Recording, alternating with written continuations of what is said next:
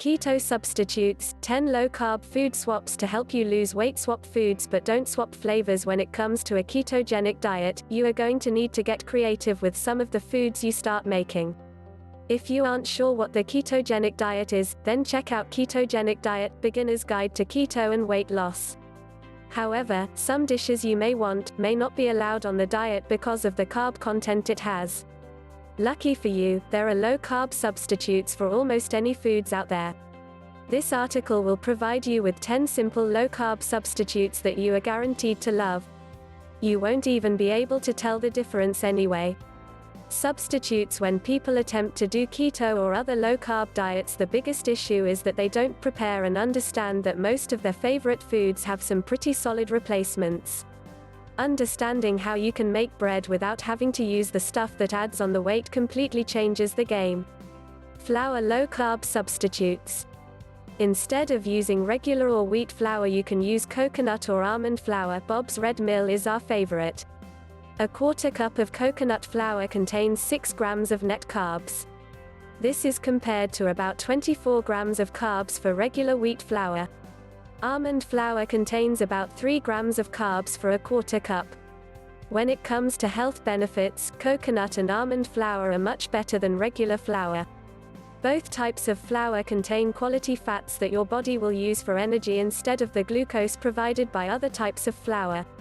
Almond flour has more high-quality fats, which is why we prefer it, and it's also high in omega-6, which has anti-inflammatory properties in large amounts. This is part of the reason the keto diet works so well. It reduces inflammation that happens when you eat certain foods. Another benefit of these flours is that they help speed up your metabolism, which is something that you want when you are trying to shed pounds off your body. Along with a faster metabolism, you'll also have better digestive health. Those two almost go hand in hand. Better digestion usually leads to a faster metabolism, but a fast metabolism doesn't necessarily translate to better digestive health. Breadcrumbs low-carb substitutes. Breadcrumbs are one of those ingredients that always seem to add that extra bit of goodness to any dish. When you think about it, they may seem like a hard thing to truly replace. There is, however, a great substitute for your typical, everyday breadcrumbs. Crushed up pork rinds are perfect in the placement of breadcrumbs. That's right, pork rinds. Trust me, I know how it sounds. This is something you would probably never think of, but they work almost exactly like breadcrumbs. When you're using them, all you have to do is crush them up and use them like you would any other breadcrumbs. The reason pork rinds are a great low-carb substitute is that they don't have any carbs. So instead of calling this a low-carb substitute, we can call this a no-carb substitute. They are filled with healthy fats, and if you're worried about losing electrolytes, they also pack on the sodium.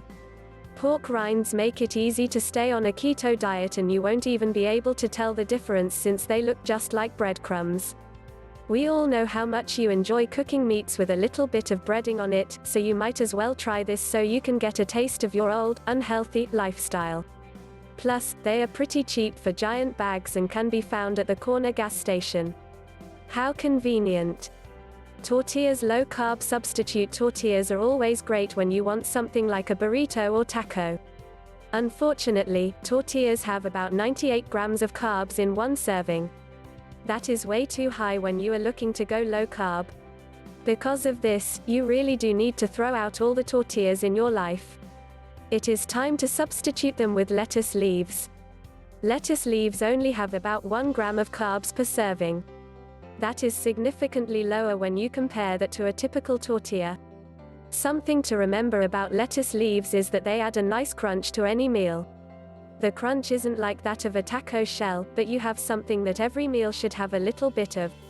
You won't have the same taste as a tortilla, but if you're making something where the lettuce leaf is just there for support, that taste difference really won't be a problem at all. Rice substitute. Rice, another one of those foods that seem like it just can't be replaced. You might be thinking that since you can't have rice, your meals are significantly limited because of this. There is definitely one low-carb alternative that is extremely similar to the lovable rice. This alternative or substitute is cauliflower rice. Rice has about 45 grams of carbs per cup. Cauliflower rice has around 2.5 grams of net carbs per cup.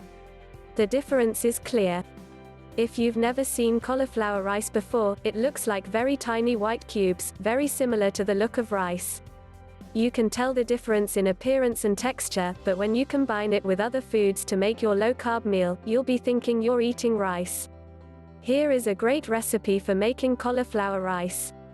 Sugar. Low-carb substitute sugar is something that I definitely struggle with when I'm trying to stick to a keto diet. I've always had a sweet tooth. There are a lot of people that don't realize that sugar is considered a carb.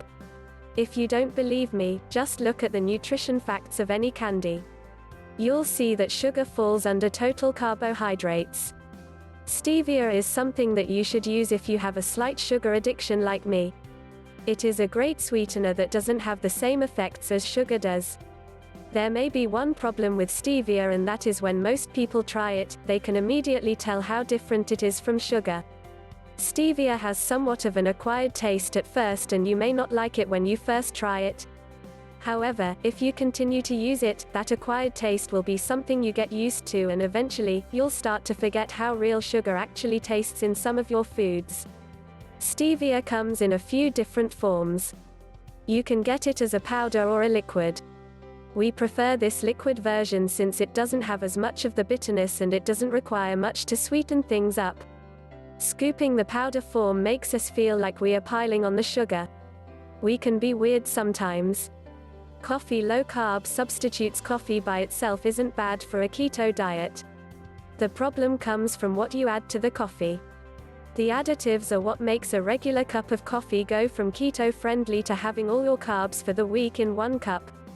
If you aren't one to drink black coffee, you need to have bulletproof coffee.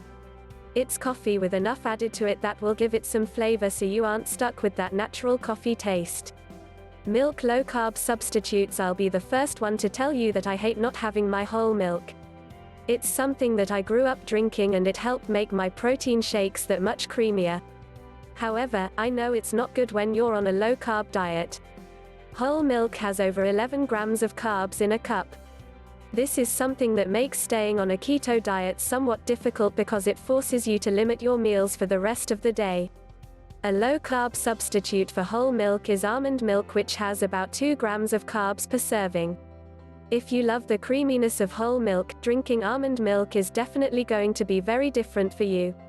You may not really like it right away. The best thing to do is add it to any smoothies or protein shakes you might enjoy throughout your day.